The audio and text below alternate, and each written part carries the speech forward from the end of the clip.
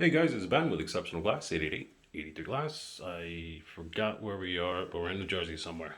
All right, so we just completed this inline door and panel. So um, if glazers are watching, they know this all too well.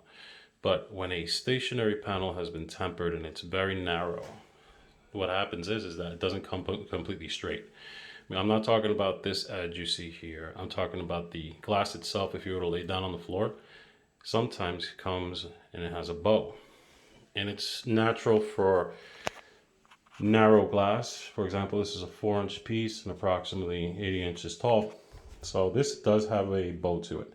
So we sort of jerry rig on different occasions and situations where I want this panel to be as straight as possible so that the weather stripping here is touching the glass door in the center as well as the top.